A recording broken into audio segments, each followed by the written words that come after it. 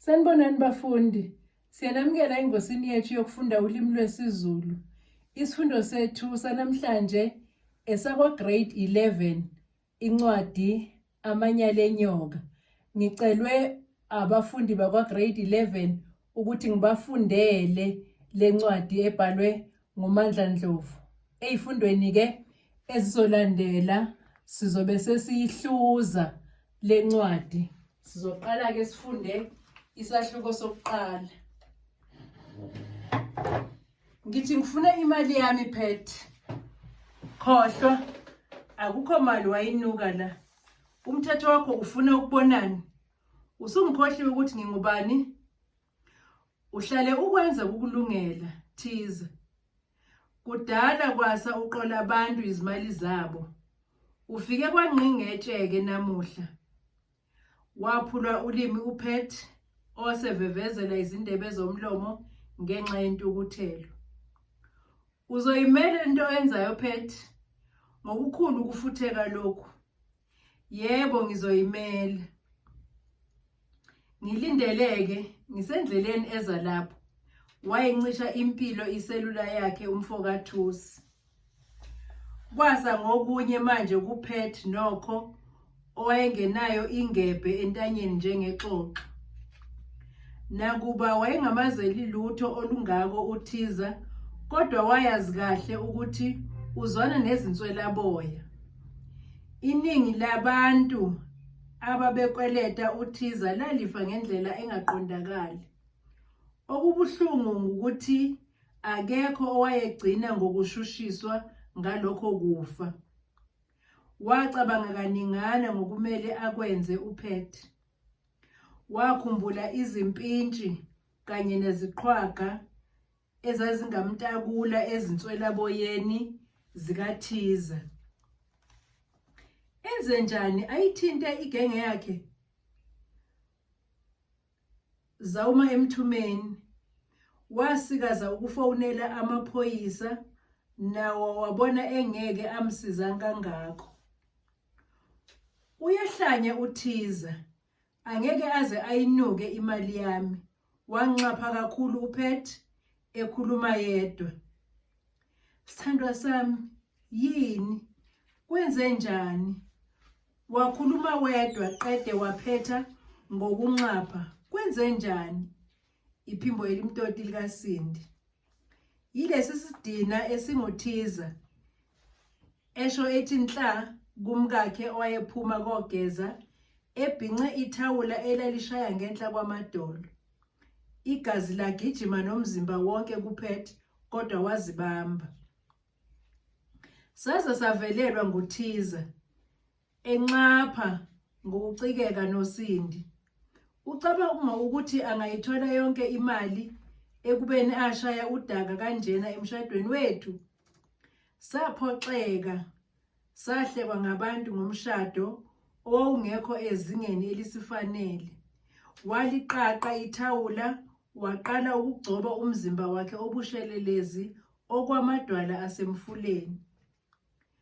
Uyabona baby wami, isingima emphinjeni lendaba kaThiza. Sesixabene kabi. Uthe usendleleni uza lapha uzolanda imali yakhe.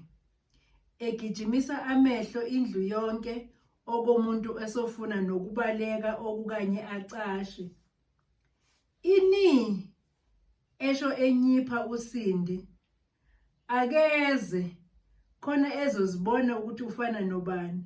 Wasukuma wama ngezinyawo. Uthi uyangazi kahle mina ngizomqhumisa amehlo patsha ngamanzi abilayo. Othi ngiyowabeka futhi. Waphuma ebhushuzela wasithela ekhishini eshiya umyeni wakhe ezitika ngobuhle bendalo. Amanzi ayengakaqali ngisho ukuhuba ngesikhathi kumanse imoto esangweni lomuzi kaPhethe eMbali Unit 3 kwanombolo 755 Magwaza Road bude buduze nomtholampilo imbali enhle. Walunguza ngekhethini uphethe esomile uvalo. Nansi imoto encane emhlophe enomshayeli yedwa. Wacingisisa kahle kwamkhanyela ukuthi akuyena uThiza lona. Wabhekisisa inumber plate LFJ 457 GP. Kungabe ngubani lona ngoba angimazi. Cishe ngomunye wemigulukudu kaThiza ecabanga yedwa. uPet wayezibuza eziphendula nje ngomshayeli wemoto. Umshayeli wayelokhu ezihlalele emotweni. Wayekhuluma neselula yakhe, amehlo elokhu ethe njo kwanhlapho. Ekugcineni wavalelisa, wayekhuluma naye kwiselula. Wehla emotweni, wazilula izandla zabe sezithi mbe emakhukhwini. Insizwa ethe qhwi ebukeka iseminyakeni engama-30 nengxenye. Isonke iyaconsa, kuyabonakala nje ukuthi iyazithanda. Lokhu kubonakala ngokuhlanzeka kwemoto eyigibele ukuthi yiqhathanzipho leli. Umlisa lona wavula isango wangena. Wafika esicabheni wangqongqoza walindela impendulo. Esikhundleni sempendulo kwavuleka isicabha ngokukhulu ukusheshsha lokhu. Sawubona, singakusiza? uPet ebuza ngoshova oyinkuxa. Yebo sibonene. Ebhekisisa lona akhuluma naye okomuntu okungathi kukhona okumdidayo ngaye. Ngingutebogo Baloyi, angazi noma ngidukile yini. Ufuna kwabani wena? Ngihamba ngifuna kwaMangema oshadele. Wakhipha iphepha ekhukhwini, wafunda okuthile, wabe eseqedela. Oshadele kwanhlapho. Okay. Nguwena othunyelwe nguThiza? Nawe uyafuthazela uza ngempela?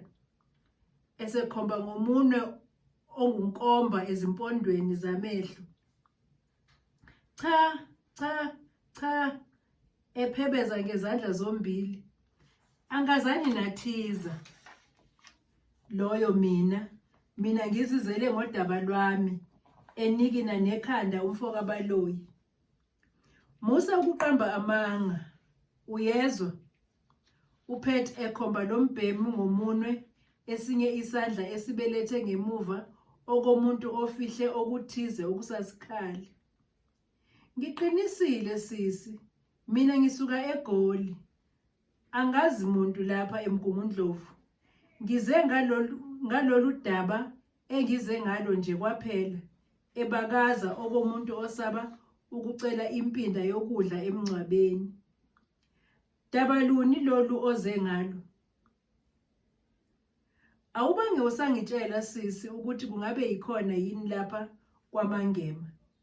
Ikhona. Khuluma usheshe ke ndoda. Ufunani? uPet enengwa yilo muntu ambona emchithela isikhathi. Ngaze nganenhlanhla, sengicishe ngayihamba yonke imbali. Waswabuluka ebusweni. Ngisacela ukubona ubaba walapha ekhaya, esho ngelikhulu iqholo uTebogo. Lona ophambi kwakho nguyena ubaba walapha ekhaya. Khuluma ke, ufuna ukuthini? Emhlahlela amehlo amancane afifiyelayo. Wesisi, akulona ihlaya leli engilishoyo. Washintsha manje uTebogo. Ngithi ngicela umnumzane walapha ekhaya, umnumzane Nhlapho. Wavusa izinhlonzi. Ngicela ungasuki lena koMagoli uzele ukuzogcwaneka emzini wami webhuti. Yikwami lapha. Ngakho angifune muntu ozongisukela. Ekhulumela phansi kodwa umunwe kuyilokhu ekhombe uTebogo. Nginethemba ukuthi siyezwana lapha. Wahleka uTebogo wabheka phansi, wanikina ikhanda. wayezibuza eziphendula ukuthi kungabe udukile nje uhlangene nosomahlaya wentokazi ezenza insizwa. Phuma uphele emzini wami ngoba awuzazi ukuthi uzeleni lapha. UPet naye wavusa ezakhe izinhlonzi emkhombisa ngomunwe ukuthi lingakuphi isango okumele aphume ngalo. Ngikhuluma nawe, wena uyangihleka, ungenza inhlekisa. Waveva izindebe zomlomo. Kahle ngolaka bosisi. Ubani usisi wena? Awuzwanga ukuthi ngithe yimi ubaba walapha ekhaya? Usaqhuba khona ukwedelela kwakho, Esondela kancane uPet kuTebogo. Yahlehla indoda. Ngichazele kahle phela ukuthi ungubaba walapha ekhaya kanjani ngoba mina ngikubona ungumuntu wesifazane. Ehlehla nyova uTebogo. Akundaba yakho leyo ukuthi ngibonakala nginjani. Wena uzele ukuzobheka abantu emzini yabo ukuthi babonakala kanjani? Uyabona ukuthi udelela ngempela. Yilokhu belandelana eVulandi. Teta baby ngiqede ngaye. Iphimbo likaSindi wayephethe indishi yokugeza izitsha inamanzi ashunqayo. Waba ngokusho njalo nje uSindi wayidedela indishi enamanzi abilayo kuTebogo. Wapilingana utsotsi waseJozi wadaka indishi kaplastiki enamanzi yamgeja yayawela phansi kuVulandi yafa phoqo. Sindi sithandwa sami, sengaze ngishiswe nguwe pho. Yimina uTebza. Awusangiboni yini? uTebogo esegxume kwamela kude. Wendoda, uyazizwa ukuthi uthini? Ubiza umkami ngesithandwa sakho. Uqondeni umthetho wakho? Ngilinde ngiyabuya.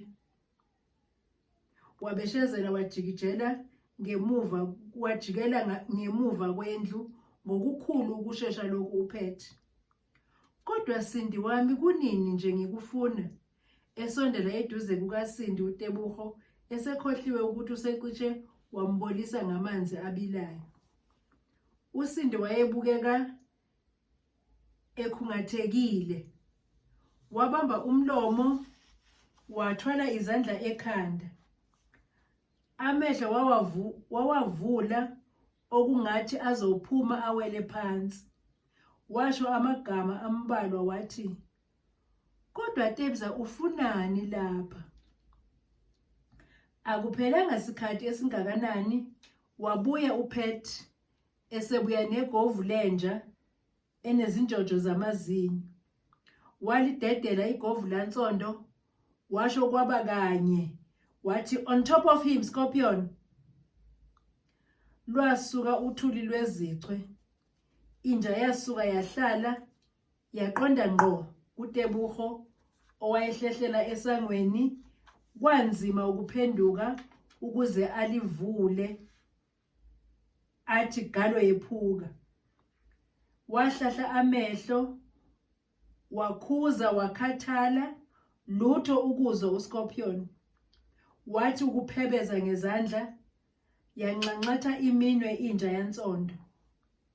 Yilapho akhumbula khona uTebogo ukuthi konje uhlomile.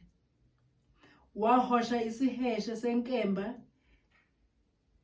emenyezelayo esho ngamadlebe ngapha nangapha. Inja kungathi yayifuna ukumginqa phansi isho phezu kwakhe njengokuyalelwa kwayo. Yayidudula uTebogo ngezidladla esifubeni isho ukumwisa phansi. Umlomo yayiwuvule usuyinkebenkebe. Lokho kwenza ukuba uTebogo asibone kahle isifuba sikaScorpion. Wawujikijela ummese wangena bushu. Yaxewula inja, yathi zinyawo ngibelethe, yabuyela lapho yayilandwe khona emva kwendlu. Bayilandela abanikazi bayo. babaleka babangisana ngomnyango sebebona kahle ukuthi nabo bazowuthola lo mmese ogwaze inja yabo. Sebengaphakathi bahluthulela isicabha bangeneliswa yilokho baze basidudula ngesandla. Bobabili base bekhefuzela okwabantu asebegijime elide ibanga leli. Angihambile, ngiyabuya. Ngizonitshengisa ukuthi ngingubani. Kwakuyiphimbo likaTebogo owajika phambi komnyango esexegise isicabha. Abangaphakathi endlini baze bayeka isicabha ngoba sebezwa futhi sebeyibona imoto kaTebogo isuka ihamba. Babukana ngokumangala. Usindi wafikelwa insini ebuka uPet oyesejuluke emanzi te. Sase sangamagwala bo. Sesingabalekela umuntu oyedwa sibabili. 3 ngenja. Nawe impela Lavi usubaleka njengami ngiyileti. Ebuka uPet esula umjuluko ngentende yesandla. Awukahle kancane ngalokho Sindi. Ubani ngempela lona usitatazelisa kanjena? Uyamazi? Sithandwa sami, akubalulekile lokho okwamanje. Asikhiye isango, sibilise amanye amanzi, bese sibheka uScorpion ukuthi ulimele kangakanani. Kuphakathi kokuthi uzobuya uTebza noma isizofika igenge kaThiza. Wafulathela uSindi eselungisela ukuya ekhishini. Wamdonsa uPet wamkhomba ngomunwe emehlweni. Lalela la. Njengamanje ngithi ngitshele ukuthi ngubani lo Tebogo wena osumbiza ngoTebza. Emgqolozela okwesigebengu siqolozela ijaji selikhipha isigwebo. Engani nguyena lona engakutshela ngaye ukuthi owangasekhaya wayesengicelile ephendula ngokunganaki eyenza indaba encane lendaba. Pho uzofunani lapha? Habe angazi. Wabuza mina manje ezenza onolaka uMangema. Uyisithandwa sakhe wena? Ubengibhedela nje lapho ngoba wazi kahle naye ukuthi ngamala. Sahlukana naye egwajaza uSindi. Angeke umuntu avele akusukele akubize ngesithandwa sakhe. Kusobala ukuthi anihlukananga. Umuntu oyisilima yimina enxapha kakhulu uPet. Ngicela ungangifaki ezintweni engingazazi Pet. Mina ngashada nawe ngoba ngikuthanda, manje wena sewuthi angihlukananga noTebza. Angazi ukuthi wangishadelani pho. Angazi nje uyazi, angazi. Wanyipha etshengisa okukhulu ukucasuka lokhu. Musa ukuba luhlaza Sindi ngoba nawe uzizwele lo muntu ethi uyisithando sakhe. Manje mina ufuna ngenze sengathi akashongo ekubeni eshilo. Ikhona into ayilandele kuwe lo muntu. Angeke asuke le eGoli aze afike lapha eMbali azele ubala. Wafulathela waphuma uPet. Wathula uSindi wankonkozela uPet sengathi ngesikhathi ephuma egaxaza isicapha. Wathi ehluthulela isango uPet, uSindi wayebilisa amanye amanzi okungaziwa ukuthi azoshisa bani phakathi kukaTebza noThiza. Emva kwalokho wajikela ngemuva kwendlu eyolunguza inja yakhe. Koma nasozwaneni kuye ngesikhathi eyithola isibandaqa isiye kwagoqanyawo. Ngesikhathi eshaqekile uPet phandle endlini kwase kungene ucingo. Wake wathi ukuluziba uSindi ezitshela ukuthi nguThiza. kodwa ekugcineni waluphendula. IkwaNhlapho lapha. Usindi, ngingakusiza lavi wami, kodwa yini nje oyenzayo? NguTebza owayesho ngezwi elindondayo. Kodwa ungilingelani Tebza? Ungiqhathelani nje noPet? Ufunani nje manje kimina ngezwi elinokuhlebeza? Ngifuna wena Sindi wami kanye mina ngishadile manje futhi ngakwazisa ngakho konke lokho. Manje ubhizi usuka eGoli uzoxova umendo wami. Ngicela uhlukane nami phansi Tebza. Please bandla Tebza, ngiyakucela ngeligcwele ukuncenga. Ungazongibhedela wena la. Ungashiya mina ngiyinsizwa ushade nenye intombazane. Umthetho wakho wawungenelwe yini ngempela Sindi? Yisinqumo sami engazithathela sona. Ngakho wena awuxhumi awuxhasi kuloko. Hlukana nami phansi Tebza, ejeqeza ukuthi akangeni yini endlini uPet. Uyagula wena la ekhanda lakho. Mina angisoze ngahlukana nawe.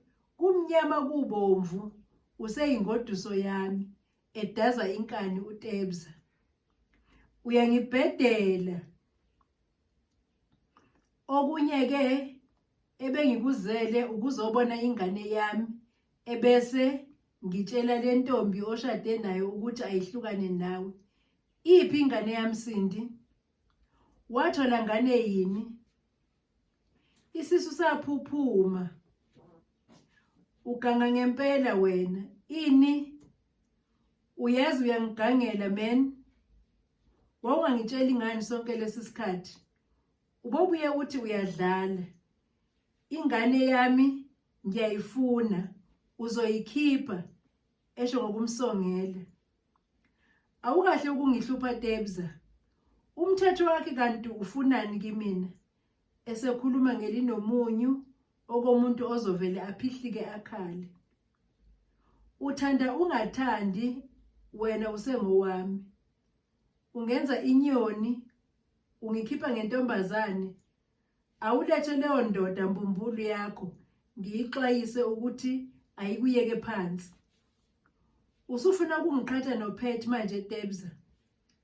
Kodwa ungizwiselani ubuhlungu obungaka? Ngenzeni kuwena Tebza? Kumele azi leyo Pet wakho ukuthi wathatha izinto zabantu. Uyena owabasa umlilo.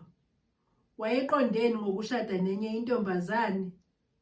Ngizomfundisa isifundo ke ukuthi lokhu akwenza akwenziwa la kimi.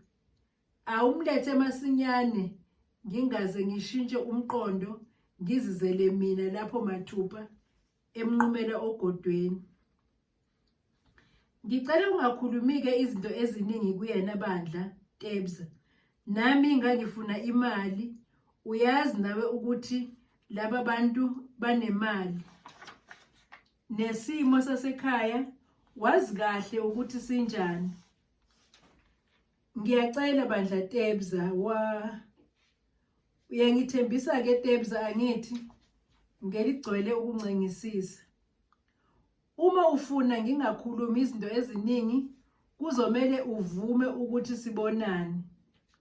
Khuluma ke sizobonana nini? uTebza emkhethisa. Wena uzohamba nini la eKZN ngezwe eselithambile? Kwanamuhla nje ngingahamba uma sengibone wena baby wami. Uyazi nawe ukuthi impilo kaTebza ayiphelele ngaphandle kwakho. Esekhumbula esezadlula ezazimtoti okojulwe zinyosi. Kungcono unginike inamba yakho Tebza, esho lo phansi uSindi. Wamnikeza inamba umfoka Baloyi, naye wanikwa. Kwavunyelwana ngokuthi kungcono ukuthi babonane kuqali ngaphambi kokuthi uTebza atshele uPet kwezikabhoqo. Bathi beqeda ukuvalelisana nje wangena uPet oyezihudula ephethe izindaba ezingemnandi zokufa kukaScorpion. uPhathekile Nhlapho wayengowokuzalwa eFree State edolobheni laseBethlehem. Wayeyinkosazane kwabo elanywa izinsizwa ezimbili. Kwakusele iminyaka emihlanu ahlanganise 45 eminyaka azalwa kulomhlaba omagade ahlabayo. Wayekhule ngendlela engaqondakali njengoba isikhathi esiningi wayesichitha ngokudlala nabafana. Wayebhukuda, edlala ibhola kanye neminye imidlalo, konke ekwenza ndawonye nabafana. Nezingubo ezigqoka imbala kwakungezabafana.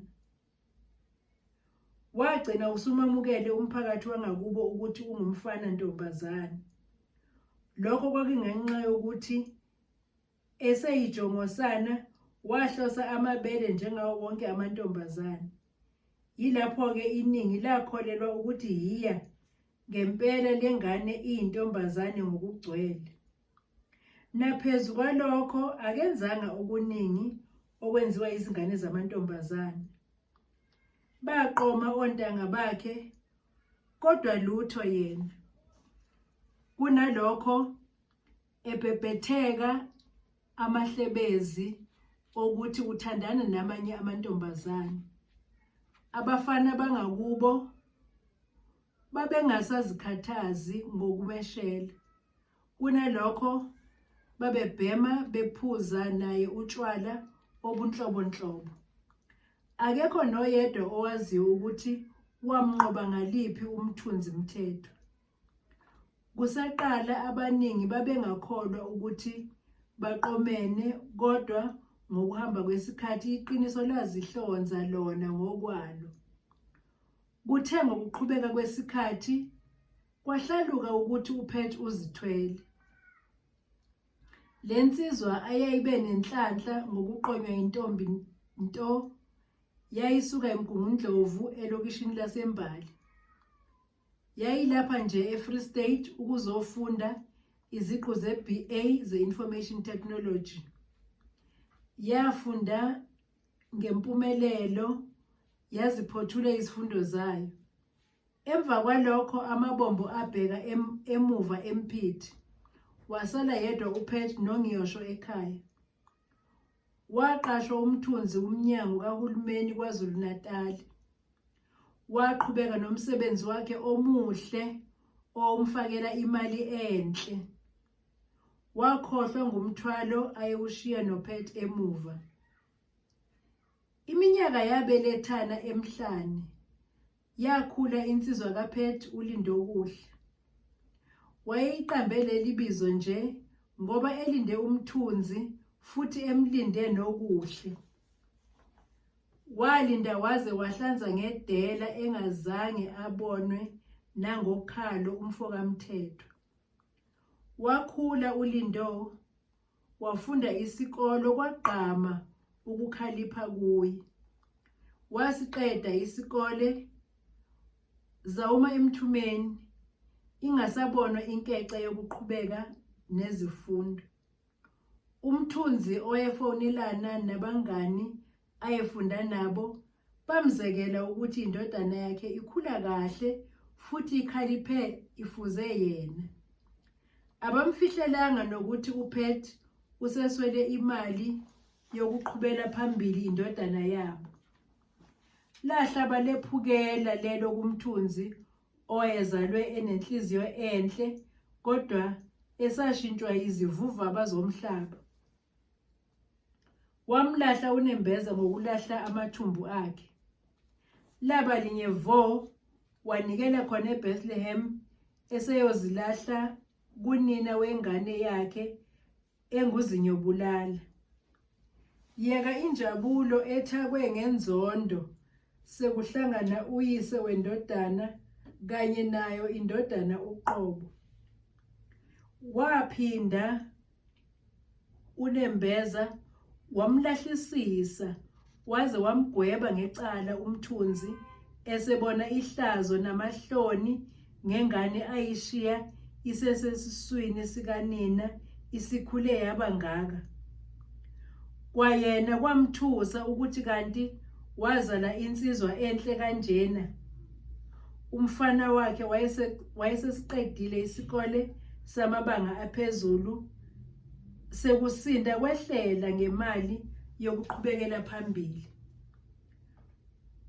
Walulalisa ulimi umthunzi oyiciko lokuzalwa, wathamba boto uPat, amanzi abuyela lapho ake amakhona.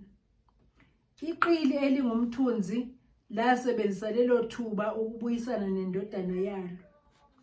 Wayikhipha imali yokufunda, yajokola indodana isiphikelele ukuyokwenza ubuchwepheshe ePretoria University of Technology.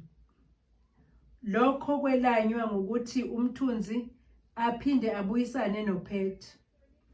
Emveni kwezinyanga ezimbalwa uPat wavakasha eMaritzburg okokuqala ngqa.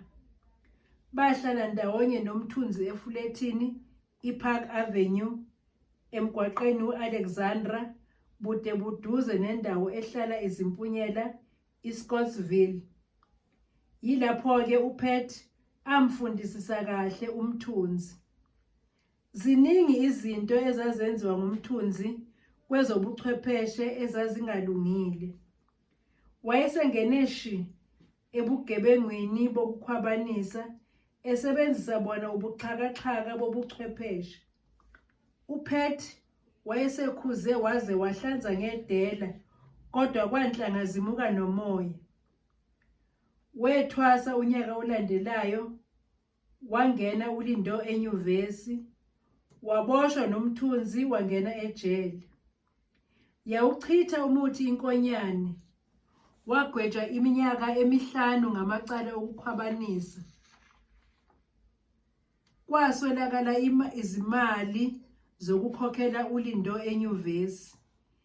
Impilo yakhe yonke uPat akekho umuntu wesilisa ayemazi ngaphandle kukamthunzi owayebhadle endlini emnyama. Kwasekuqaleni ukubalekelwa ngumthunzi emshiya nesisu kwakumenze wangabe esabathemba nhlobo abantu besilisa. Umlando waziphinda, ingulube yabuyela odakeni. uPat wajoyina inhlangano iGays and Lesbians Network ezinze khona eMgungundlovu.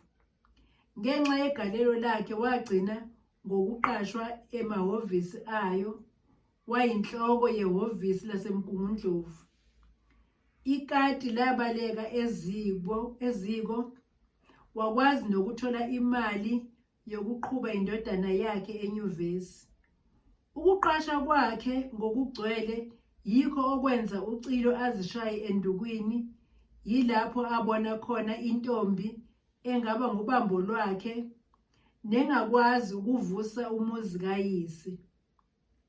Wadlondlobala uPat, wagcina esengumqondisi wayo lenhlangano. Bahlangana kanjalo-ke noSindi Ngema, yena oyengusihlalo wayo lenhlangano enyuvesi yaKwaZulu Natali eScottsville, lapho ayenza khona izifundo ze-social sciences. uSindi wayesuke kubo eSoweto, eGoli, ngakho ukuzofunda kwaZulu Natali. Wayekhethe ukuzofunda kude kangaka nje ngoba ephoxwe yisoka lakhe elalisanda kuthumela abakhongi. Laba ngokuthumela abakhongi kubo laqala phansi umkhuba walo omdala wokuqonywa. Wayecikeke ngempela uSindi, waze waqoma khona ukujubalala alibhekise kwelaKwaZulu Natali lapho engazi muntu khona. Ngeshwa lakhe wafika eMgungundlovu esezithwele. Lena kwakuyingane yesibili, njengoba eyokuqala babevumelene nesoka lakhe ngokuthi bayihushule njengoba bobabili babesafunda isikole bengezukuba namandla okuyikhulisa. Waba ngokufika kwelizindonga ezibomvu uSindi washintsha ukuqalaza. Wayesacikeke kabi ngumuntu wesilisa ngendlela nje uTebza ayemphathe ngayo. Wayesehlele ukushaywa ngumoya aphile impilo entsha. Wadudana nabangani abasha, wakhetha ukuthandana namanye amantombazane. Yavuthwa indaba bagcina ngokujoyina izinhlangano zabo abaphila lempilo. Wakhethwa uSindi esikhundleni esamenzela ugazi nosaziwayo enyuvesi. Lwahlangana ucu kuyena noPat owayesho amashushu efuna umshado la. Wayifunda ivaliwe incwadi uSindi wasihushula isisu sesibili.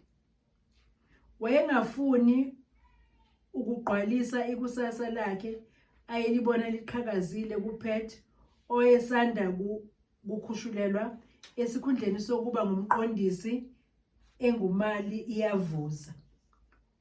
uPat wayengahlonizi ukuthi akazimisele nje ukushada nomuntu onengane, ngoba uyalwazi usizi olungalandela lapho oyise wengane esefuna ukubona ingane ngendlovu yangena. Lwavutha uthando, kwalotsholwa isidumo. Ekuqaleni abazali bakaSindi abayizwisisanga kahle le ndaba, kodwa ekugcineni lwagoba uphondo ngoba bawuvumela umshado. Besho lo ngaphakathi ukuthi siyoyicela ivuthiwe. Ababezoshada babeqashe uThiza ongumhleli wemishado ukuba abahlelele umshado wabo. Izingubo zokugqoka, ukuqasha nokuhlobisa ihholo, umfundisi, ukupheka kanye nemisindo yomculo konke kwakuzohlelwa nguThiza owezincoma ngokuthi unesipiliyoni kulomsebenzi. uPat wayekhathele ngempela yizithombe kanye nama-DVD ayewakhonjiswe nguThiza. Kanti enjalo uThiza wayezobe engaqali ukuhlela umshado wobulili obufanayo. Konke kwakubukeka kusezingeni elicokeme lesimanje manje, kuzoba yinto yamehlo. uPat oyengumali uyavuza wakhokha imali yokubambisa kuThiza. Ingxenye yemali esele kwavunyelwana ngokuthi izokhokhwa ezinyangeni ezintathu ezizolandela ngemuva komshado. Njengoba zase ziphelile lezo zinyanga, yingakho-ke uThiza wayeseyiphela endlebeni, engasadle enkobe zamuntu efuna imali yakhe ngoshova. Kwase kuphele amasonto amabili enqumela uPat ugwayi katiki.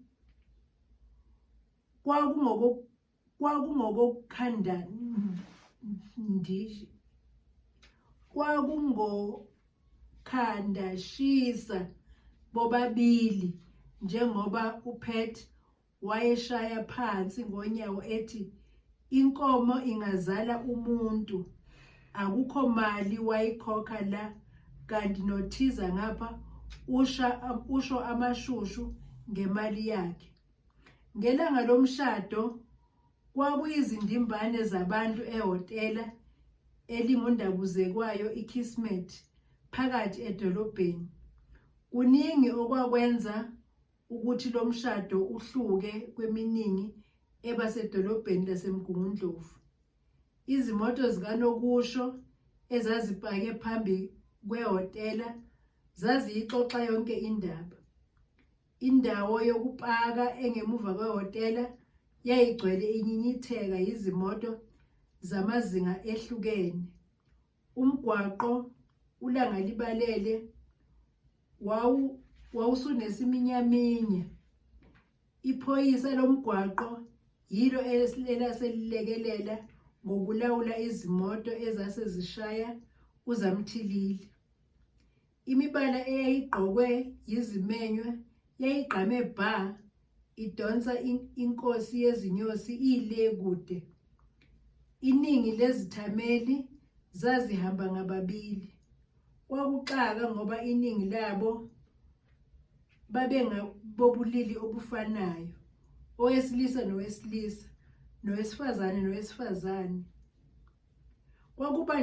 Kwakubanjwe eduze amanye amakhaphuli engenamahloni ngisho okwangana esidlangaleni.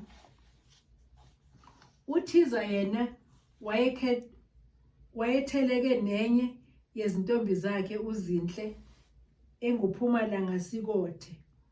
Yayiziphopothe yazicwecwa amashiya, usungafunga ukuthi iyona eshadayo, kanti lutho isimenywa. Umlomo wawupendiwe, idlubhe izingubo ezinombala ogqamile ezazimenza agqame bha esixukwini.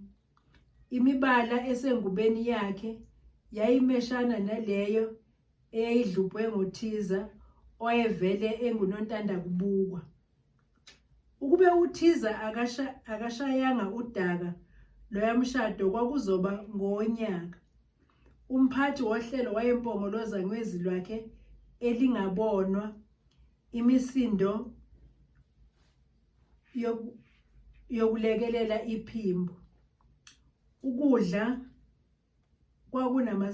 kwakunamasaladi amathathu vo esikhundleni samalasaladi ayisithupha esivumelwano. Utshwala babushoda kuyizinhlobo ezintathu kuphela esikhundleni kwezinhlobo ezinhlanu okwakuvunyelwene ngazo. Ayisaphathwa ezingubo zokugqoka ezazibampintsha, ezinye kuyizikhwaxa, nakuba babezilinganisile ngaphambi komshado. Umsakazo kwakungowasendlini, kwase kuxhunywa izipika ezimbili ezazilele uthuli. Usuku olukhulu lukaPet nowakwakhe lwavele lonakala. Yikho-ke lokhu okwakwenza ukuba uPet abambelele ngezidindi athi angeke ayikhokhe yonke imali eyayifunwe nguThiza. Laze lashona elangalelo langa lezigemegeme engabonwa ngakhalo uThiza kumbe igenge yakhe. Siphela lapho-ke isahluko sokuqala abafundi. Sizoqhubeka esifundweni esilandelayo sifunde isahluko sesibili.